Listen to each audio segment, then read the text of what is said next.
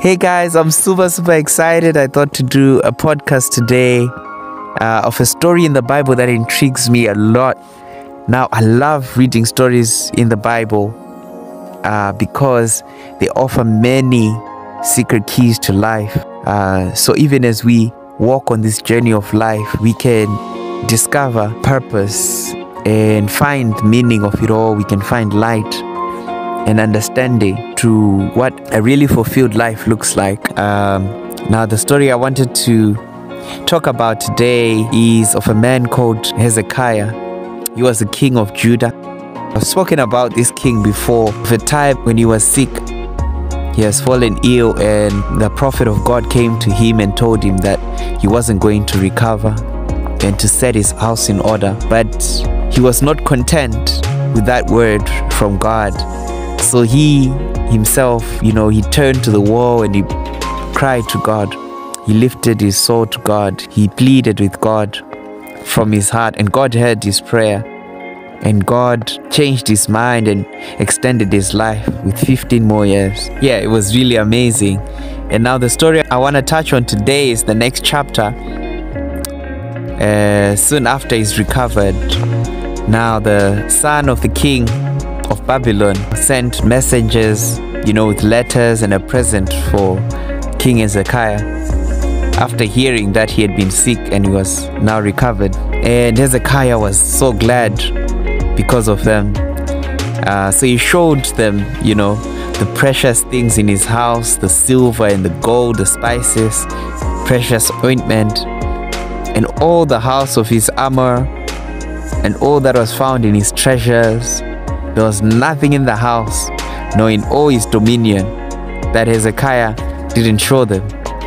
And now the prophet comes back to Hezekiah and said to him, "What are these men, and where are they coming from?" And Hezekiah said, "Oh, they are from a far country, even from Babylon." And he said, "What have they seen in your house?" And Hezekiah said, "Everything in my house they have seen, and there's nothing from my treasures that I've not showed them." Then Isaiah told him the word from God. He told him, the days will come that everything that is in his house, that his fathers have laid up in store until this day, will be all carried away to Babylon. Nothing will be left. Even his own children he shall give birth to, that come from him, will be taken away, and they will be made eunuchs in the palace of the king of Babylon. And this is the part that I find intriguing, is Hezekiah's response on hearing this word from God. And he said, "Good is the word of the Lord, which thou hast spoken." He said, "Moreover, for there shall be peace and truth in my days." Now this is a very interesting thing for me, seeing he's received this horrible news of what's gonna happen. But the way he takes the news, he takes it well. He takes it really well. And I've heard a lot of people talk about this chapter. And oftentimes, people have pointed out how, imagine if his life had not been extended, maybe this wouldn't have been the fate of Judah. He wouldn't have made this mistake. He wouldn't have showed them what is in his palace. And Babylon wouldn't, in years to come and take everything away from him. But because now they have seen what is in his house. And then I've also heard people say he gave this response because he didn't really care, because it didn't affect him personally, you see. So, and like when he received the news concerning his life, that he wasn't going to recover, he was about to die, he cried out to God. But in this instance, he didn't choose to cry out to God, he just accepted it because it didn't affect him personally. I can understand this too. But for me, I see another picture, and one which is of attitude, that his attitude of receiving bad news, and he's just recovered, from that illness he was never supposed to recover from. So he has a gratefulness. He's so grateful for his life. He appreciates his life so much that even this news cannot dampen his spirit. he takes it as good news. And this is an attitude that defeats life, really, because imagine when you have an attitude that even when you receive bad news, it doesn't worry you. You realize that life is more precious. And I think this spirit is amazing to me. It shows me strength, that he's just let go of all his anxieties of the future. You know, he's not worrying. He's not gonna choose. And even though he's made the mistake, and even though, and it will affect him in that even his own children will be taken away and made eunuchs, but he's choosing not to worry about the future. He had been worried about dying, and now he has his life back, and he's not ready to lose that joy of being alive by being consumed by worry. Sometimes you receive news in your life that you can't change. What then? Do you allow it? Do you live the remaining of your days in despair?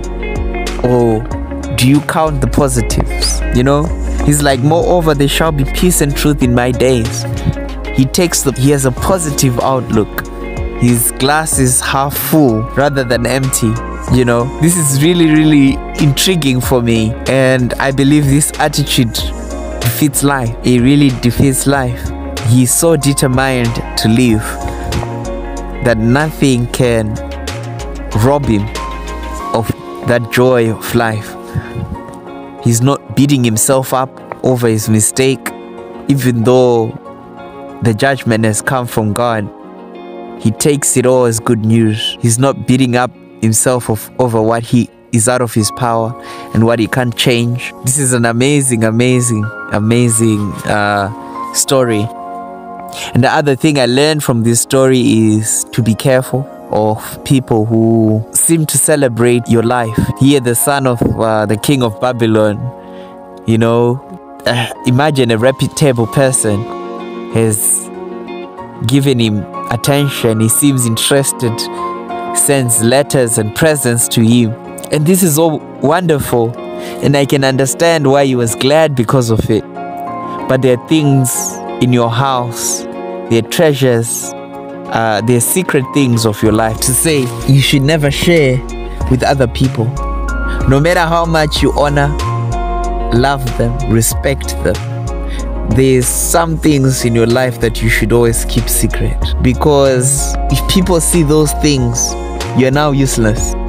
So it's very important. There are secret things of your life that you should keep to yourself, because not everyone who celebrates with you your life is really interested in you, because given the opportunity, they will take everything you have and leave you empty.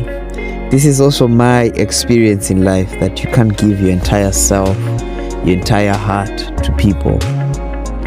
Even Jesus, who was the perfect man and the best person who ever lived on the earth, there's a part he says he didn't trust himself to them because he knew what was inside man. I like this story so much because King Hezekiah allowed his past experiences to make him stronger as a person.